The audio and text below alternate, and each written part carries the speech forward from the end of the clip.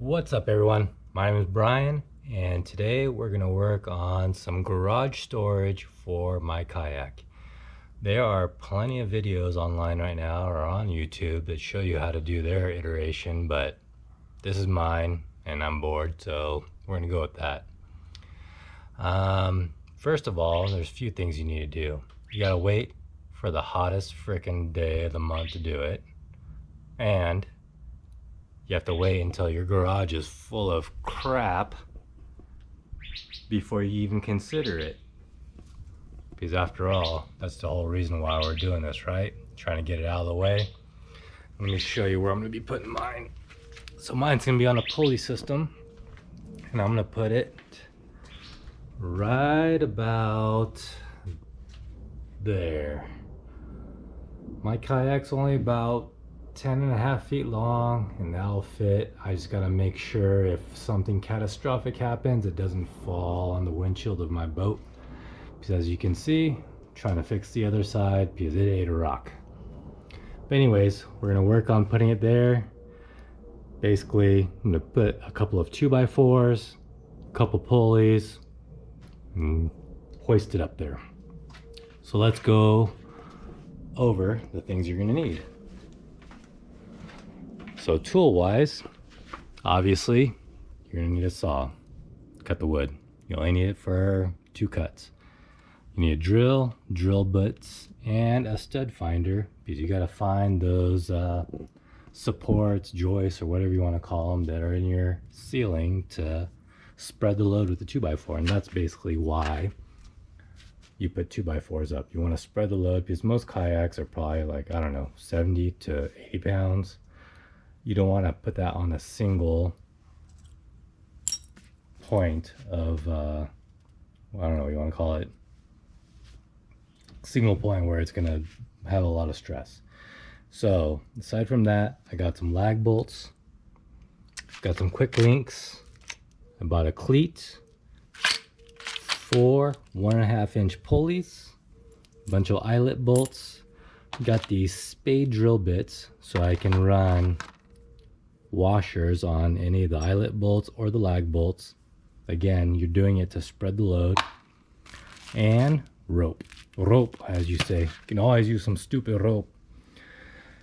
If you want, you can enter in the comments on what movie that's from. I didn't have Gabe enter a scene from that movie, but there's too much freedom in that scene and we'd probably get a point knocked on us from YouTube from that. But anyways, you need rope. Basically any type of storage in this garage is going to require rope. This is 1/4 inch, 100 feet from Harbor Freight.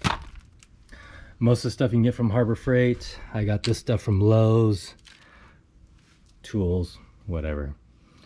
So let's go from there. They do make a few DIY kits that you can buy on Amazon, and I thought about it because they're pretty cheap, like 20-30 bucks. But I live in Arizona, and most of you know we get some pretty extreme heat here. And the pulleys in those kits are plastic, and I'm not gonna trust any plastic in Arizona with the heat. Like, that thing will fall apart quick, real quick.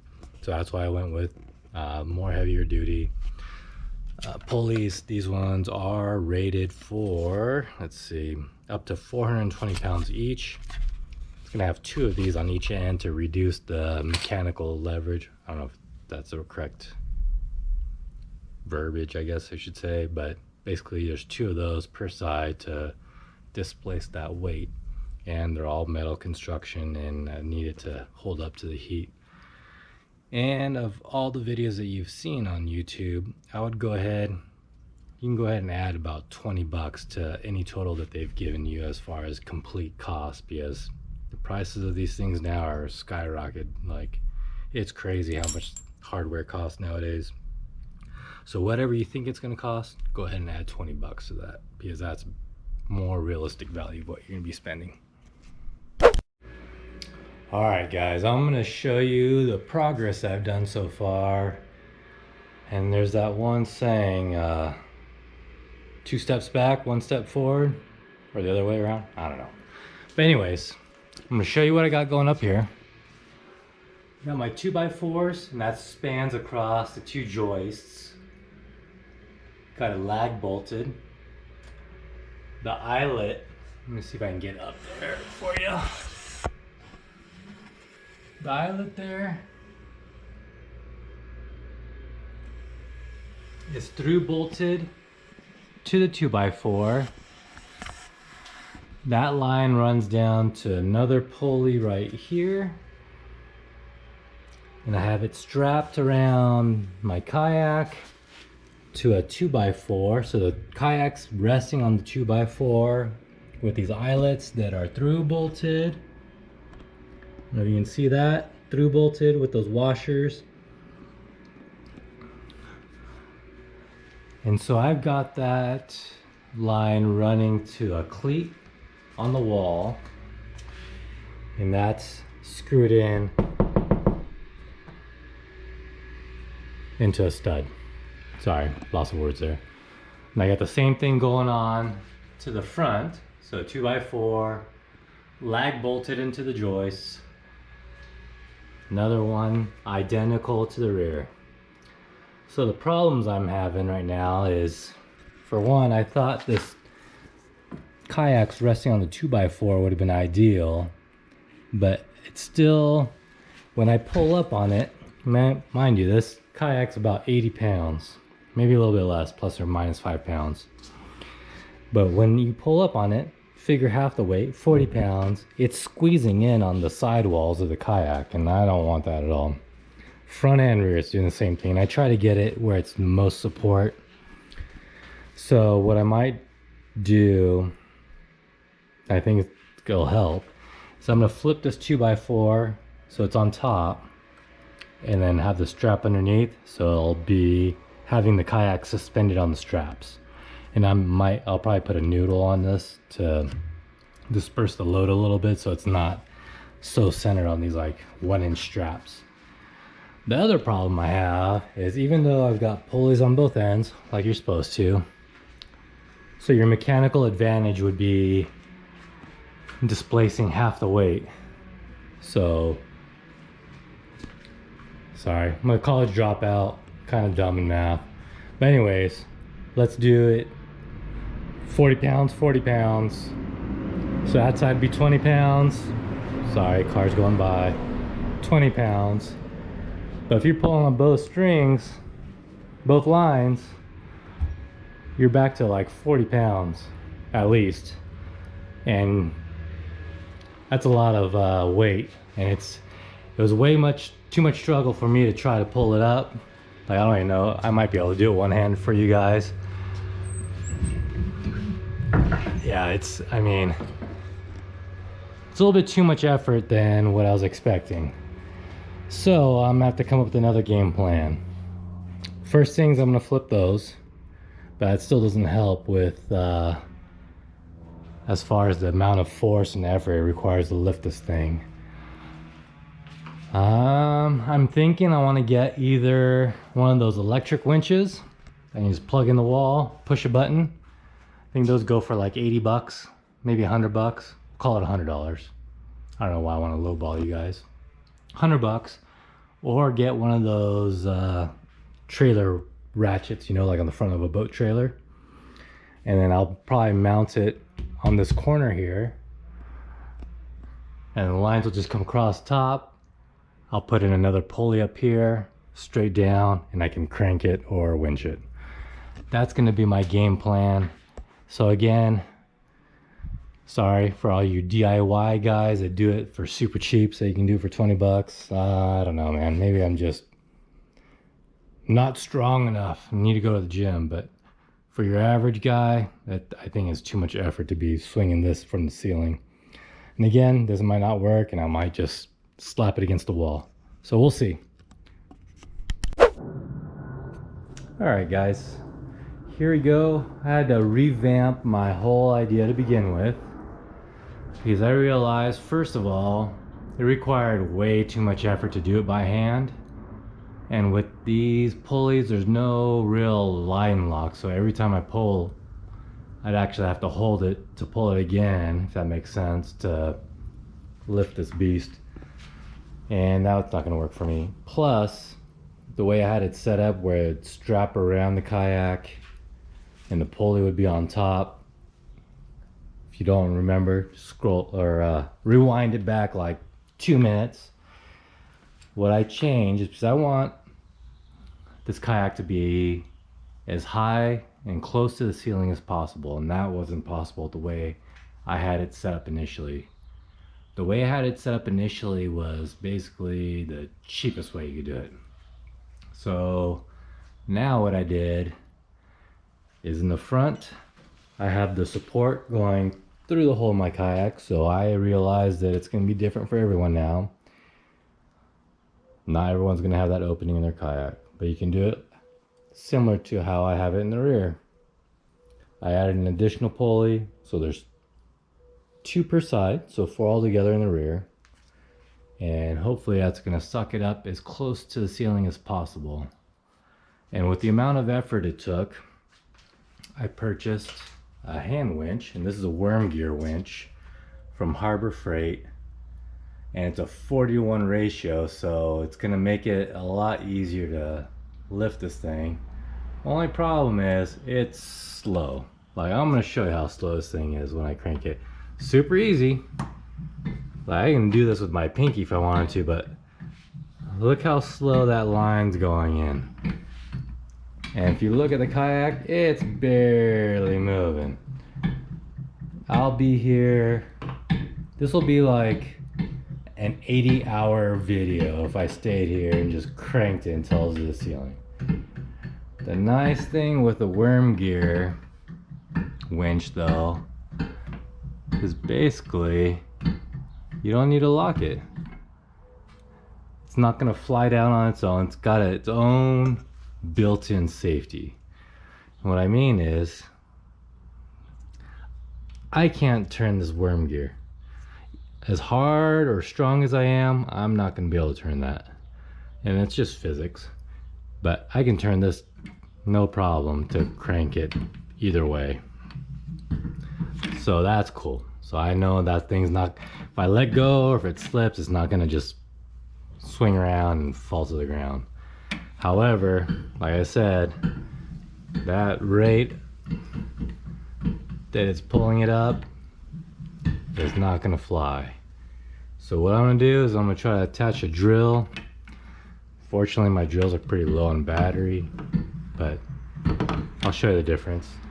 And the only modification I had to do, this thing's got some funky holes drilled into it. It's got 2 on the top this way and 1 on the bottom. So if you want to do it in line with the stud, what I did, I don't know if you can see it, oops, sorry. Drilled a hole there, so I got 2 points of attachment into the stud. But yeah, let me get a drill on this thing and I'll show you how much better that'll be. The only other problem I have too is I've got 3 lines coming in, and normally this thing comes with like a wire cable, but that wasn't gonna work with me, and I don't have a pulley that's gonna work properly with these 3 lines. So I just put a eyelet here, and hopefully that doesn't create too much friction or too much stress on that point. And I had to line up all my pulleys to make sure they don't bind any place. The only one I changed is that one. It's like a double sheath pulley, and you have to line it up just right so it doesn't bind. And the way you do that is just you turn the eyelet I have up there slowly, minor adjustments, but everything seems to be working all right. But let me get a drill on this thing. All right, so this is, I changed the nut on that, and I don't know what size it is, but this is a 3/4 inch socket on a low battery. It's almost dead, but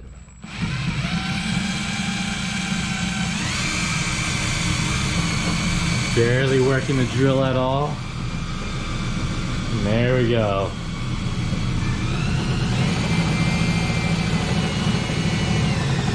Pull this away so it scratched my kayak. Oh, the battery died.